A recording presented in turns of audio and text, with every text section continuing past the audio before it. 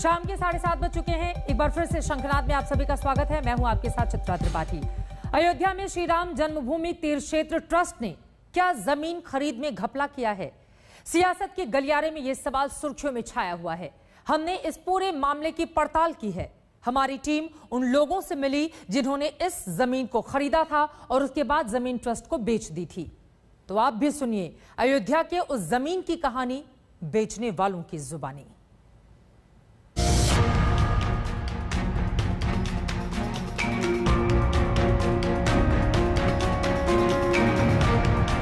इधर उधर की बात छोड़ के इन चंदा चोरों को जेल में भेजना चाहिए। हमने ट्रस्टियों को कहा है कि माफी पे मत छोड़ना, इसको इसकी परिणति तक पहुंचाना। विवाद से तो भगवान राम के जन्मभूमि को बहुत लंबे समय से 500 वर्षों तक ऐसे विवाद पैदा करने वाले लोगों से जूझना पड़ा है। अयोध्या में रामलला के भव्य मंदिर की अभी नींव भी ठीक से भर नहीं पाई है। निर्माण अभी बिल्कुल शुरुआती दौर में है, लेकिन इसी बीच जमीन खरीद में घोटाले के आरोपों ने तहलका मचा दिया है। आरोप सीधे राम मंदिर निर्माण का जिम्मा संभाल रहे श्री राम जन्मभूमि तीर्थ क्षेत्र ट्रस्ट पर लगा है। मर्यादा पुरुषोत्तम भगवान श्री राम के मंदिर के लिए करोड़ों लोगों ने अपना पेट काट के, महिलाओं ने गहना बेच के, कर्मचारियों ने, आम आदमी ने हजारों करोड़ रुपए का चंदा दिया और उस चंदे में लूट करने वाले चंदा चोरों को जेल होना चाहिए। इनकी फालतू की बेफजूल की बातों से कोई लेना देना नहीं है। इनकी चोरी पकड़ी गई है। श्री राम जन्मभूमि तीर्थ क्षेत्र ट्रस्ट की खरीदी गई जिस जमीन पर विवाद हुआ है, पहले वो जमीन देख लीजिए। इस जमीन पर अभी अमरूद का बाग लगा हुआ है।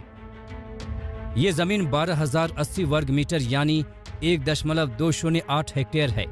जमीन प्रस्तावित राम मंदिर से करीब 3.5 किलोमीटर की दूरी पर है।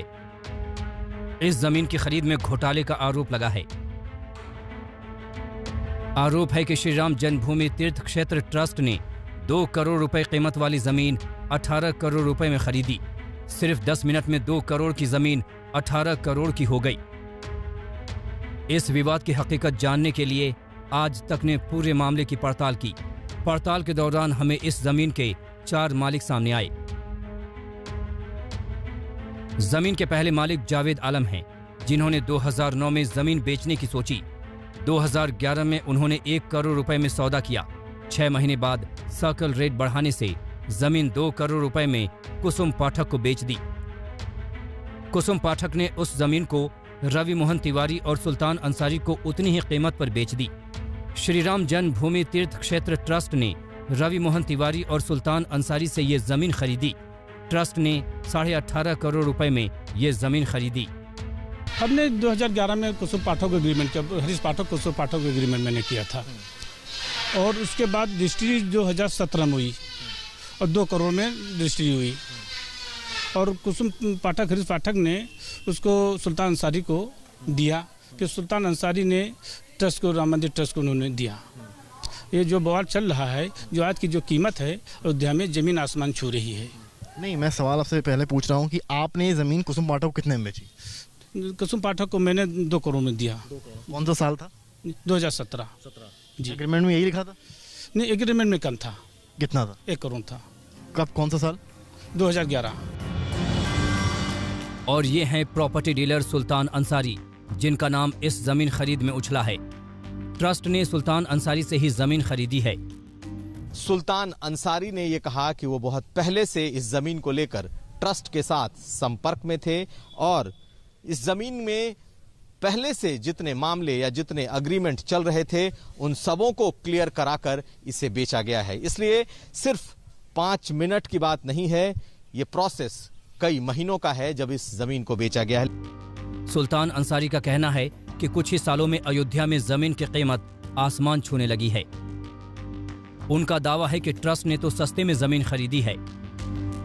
जब ट्रस्ट हमसे आज से 3-4 महीना पहले जब बात हमारी हुई तो कई चक्र में बात हुई हमारी उनसे कि हमको ये ज़मीन लेना है।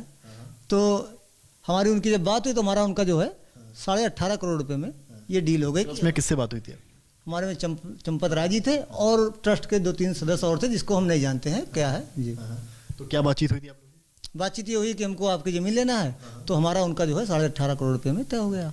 अच्छा, ज़मीन के जो फिर आपने रजिस्ट्री करवाई अपनी 18 करोड़ वाली, तो इसमें कुछ ये नहीं उन लोगों की तरफ से कहा गया कि भाई इसके रेट तो कम है? नहीं, ऐसा नहीं कहा गया, क्योंकि अगर देखा जाए तो आज के जो समय है, आज का जो राम मंदिर के 1 किलोमीटर के दायरे में जो भी ज़मीनें हैं, आज अगर उसका देखा जाए तो 25 से 30 लाख रुपया पर बिस्वा है। लगभग अगर इस ज़मीन की एक वैल्यू निकाली जाए, लगभग 24.5 करोड़ रुपए लगभग इसकी वैल्यू है। जावेद आलम और सुल्तान अंसारी का दावा है कि जिस जमीन को ट्रस्ट ने 18.5 करोड़ रुपए में खरीदा है, उसकी वर्तमान कीमत तो 20 करोड़ रुपए से भी ज्यादा है। इनका ये मानना है कि ज़मीन जो ट्रस्ट ने 18.5 करोड़ में खरीदी है वो दाम कम है, यानी कि क्योंकि अयोध्या में जब से सुप्रीम कोर्ट की रूलिंग आई उसके बाद ज़मीन के प्राइस बहुत हाई हुए हैं, उसको देखते हुए इन दोनों का ये मानना है कि जो अभी करंट प्राइस उस ज़मीन का है वो 20 करोड़ के ऊपर है, जबकि ट्रस्ट ने 18.5 करोड़ में ली है। ठीक है, ऐसा ही चंपत राय जनरल सेक्रेटरी तीर्थ क्षेत्र के जो हैं, उन्होंने कल प्रेस रिलीज जारी की, वो भी उन्होंने वही यही चीज़ बताई है। अब ट्रस्ट भी सफाई दे रहा है कि इस जमीन खरीद में कोई भी गड़बड़ी नहीं हुई है। जमीन बेचने वाले कह रहे हैं कि यह सौदा पूरी तरह सही है, लेकिन इस मामले पर सियासत अभी थमने का नाम नहीं ले रही है। समर्थ श्रीवास्तव और बनबीर सिंह के साथ कुमार अभिषेक, अयोध्या आज तक।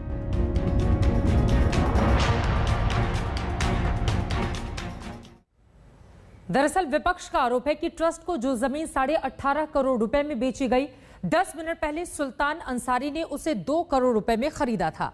ट्रस्ट का कहना है कि सुल्तान के पास सिर्फ अग्रीमेंट था। उस अग्रीमेंट के हिसाब से उन्होंने पहले अपने नाम बैनामा करवाया और फिर ट्रस्ट को जमीन बेच दी।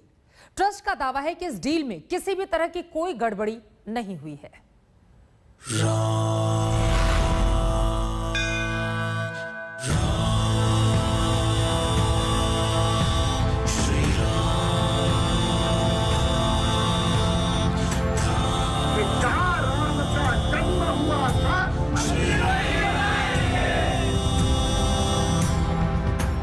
पहले तारीख पर तारीख और अब विवाद पर विवाद। अयोध्या में भव्य राम मंदिर निर्माण से पहले जमीन खरीद में गड़बड़ी के आरोपों ने खलबली मचा दी है। इस पूरे विवाद पर श्री राम जन्मभूमि तीर्थ क्षेत्र ट्रस्ट का जो पक्ष है, जरा एक नजर उस पर भी डाल लीजिए। 2011 में सुल्तान अंसारी ने ये जमीन 2 करोड़ रुपए के एग्रीमेंट पर खरीदी थी। 2011 से लेकर 2020 तक सुल्तान अंसारी हर 3 साल में अपने परिवार के अलग अलग सदस्यों के नाम जमीन का एग्रीमेंट कराते रहे। 10 साल में 4 बार जमीन का एग्रीमेंट हुआ। आखिरी बार 2019 में इस जमीन का एग्रीमेंट हुआ था। तब इसकी कीमत 2 करोड़ 16 लाख रुपए थी। ट्रस्ट के नाम जमीन करने से पहले सुल्तान ने जमीन का बैनामा अपने नाम पर करवाया, जिसके लिए पहले हुए एग्रीमेंट के हिसाब से सुल्तान को 2 करोड़ रुपए चुकाने पड़े। सुल्तान ने जो जमीन 2 करोड़ रुपए में खरीदी थी, अपने नाम बैनामे के बाद उस जमीन को उन्होंने ट्रस्ट को 18 करोड़ 50 लाख रुपए में बेच दी। 2011, 2017, 2019 के प्राचीन अनुबंधों को समाप्त करके मालिकाना हक का निर्णय करना बहुत जरूरी था। वह कराया गया। मालिकाना हक का निर्णय होते ही हमने तनिक भी देरी नहीं की, तत्काल तत्परता और पारदर्शिता के साथ संपूर्ण भूमि का एग्रीमेंट करा लिया। अभी बैनामा कराया जाना बाकी है। अयोध्या जमीन खरीद को लेकर ट्रस्ट ने आज अपनी पूरी सफाई दे दी। एक तरफ चंपत राय ने अपना वीडियो जारी किया, दूसरी तरफ ट्वीट करके ये कहा कि इस जमीन में कोई भी काला काम नहीं है, उल्टे इस जमीन को कम दाम में खरीदा गया है और इसके लिए जो आधार बताया गया वो जमीन का मार्केट रेट। ट्रस्ट के महासचिव चंपत राय ने इस पूरे मामले पर पहले भी अपनी सफाई दी थी। अब उन्होंने इस मामले पर अपने रिकॉर्डेड बयान में कहा है कि जमीन का पूरा भुगतान बैंक के जरिए हुआ है। उनका दावा है कि इस जमीन खरीद में कुछ भी गलत नहीं हुआ। हमारा स्थायी निर्णय है कि सभी प्रकार का ट्रांजैक्शन बैंक टू बैंक होगा, ऑनलाइन होगा और सरकार के किसी टैक्स में कोई कटौती, कोई चोरी नहीं करने देंगे। इन दोनों निर्णयों का हमने पालन किया है। दुर्भाग्यपूर्ण ये है, आरोप लगाने वाले व्यक्तियों ने आरोप लगाने के पहले ट्रस्ट के पदाधिकारियों से किसी प्रकार की कोई संपर्क करके तथ्यों की जानकारी नहीं ली और बोल दिया। समाज को उन्होंने भ्रमित किया है, गुमराह किया है। राम मंदिर के निर्माण में जुटे ट्रस्ट पर गंभीर आरोपों पर विश्व हिंदू परिषद भी नाराज है। संगठन के कार्यकारी अध्यक्ष आलोक कुमार ने आरोप लगाने वालों के खिलाफ मानहानि का दावा करने की हिदायत दी।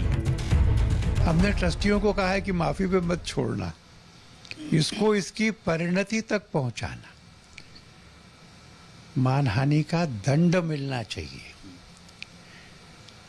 इसके बाद में ये विवाद और कहां तक जाएगा, ये निर्णय इन लोगों को करना।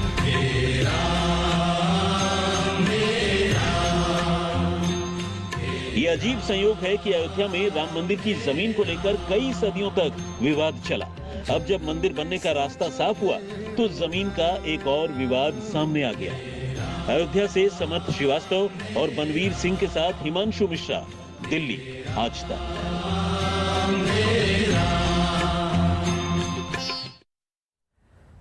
दशकों से बीजेपी राम के नाम की राजनीति करती आई है। विपक्ष को पता है कि अयोध्या में मंदिर निर्माण का फायदा सीधे सीधे बीजेपी को मिलने वाला है। यही वजह है कि जब जमीन की खरीद में घोटाले के आरोप लगे तो विपक्ष सक्रिय हो गया, आरोपों की तीर छोड़ने लगा। समाजवादी पार्टी के मुखिया अखिलेश यादव ने तो इस मामले की जांच की मांग तक उठा दी है।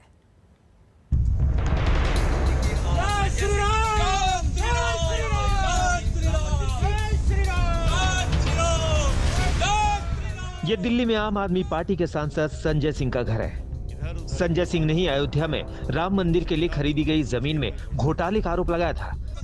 असामाजिक तत्वों ने उनके घर पर धावा बोल दिया। आरोप लगाने वाले आम आदमी पार्टी नेता संजय सिंह के घर पर असामाजिक तत्वों ने कालिख पोत दी। ये देखिए, संजय सिंह जिन्होंने मामला उठाया था अयोध्या में राम मंदिर के पास जमीन को लेकर के घोटाले का आरोप लगाया था। ये कुछ का लोग यहाँ पर पहुंचे हैं। संजय सिंह के घर के बाहर उनके नेम प्लेट को काली कर दी है।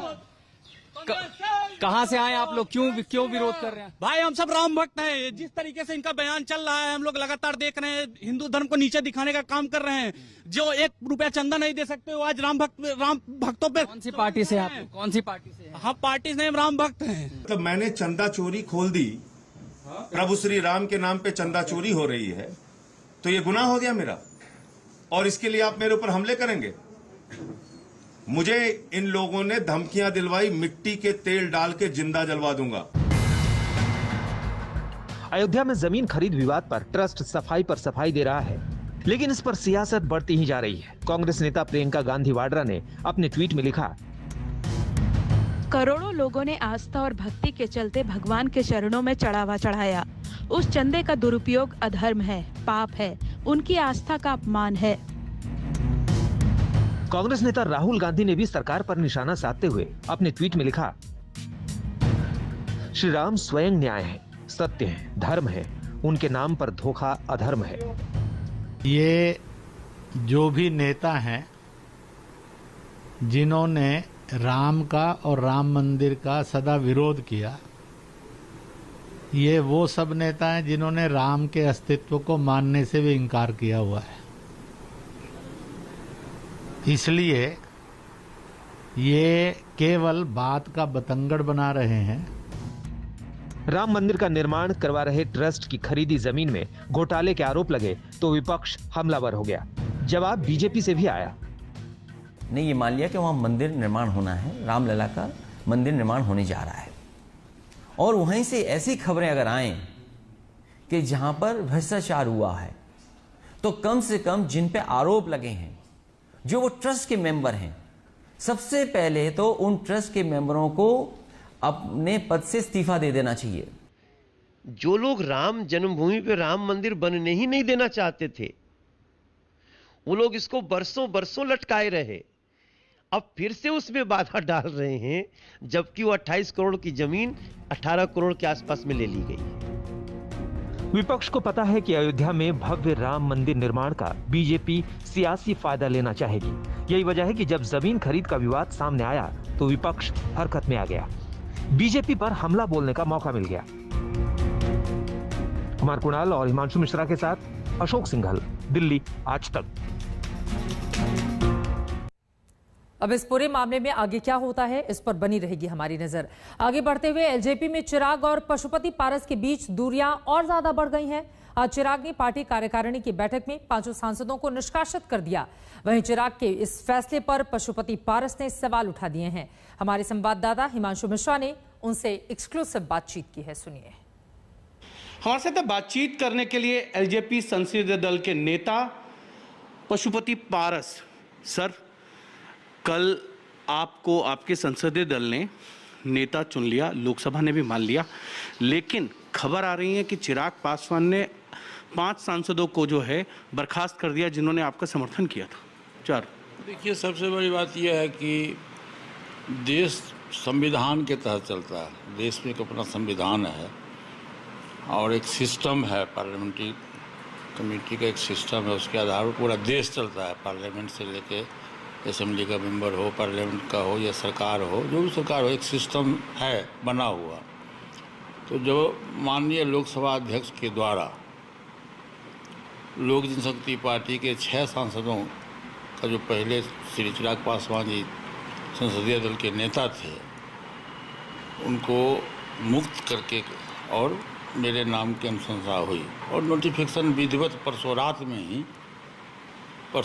ही हो गया। तो अब तो ये जो हास्यास्पद बात है, किस हैसियत से चिराग पासवान जी 5 सांसद को निकाल देंगे या सस्पेंड करेंगे, वो संसदीय दल के नेता रहे ही नहीं। आज उन्होंने कहा कि उन्होंने जो है राष्ट्रीय कार्यकारिणी की बैठक बुलाई थी जिसमें ये फैसला लिया।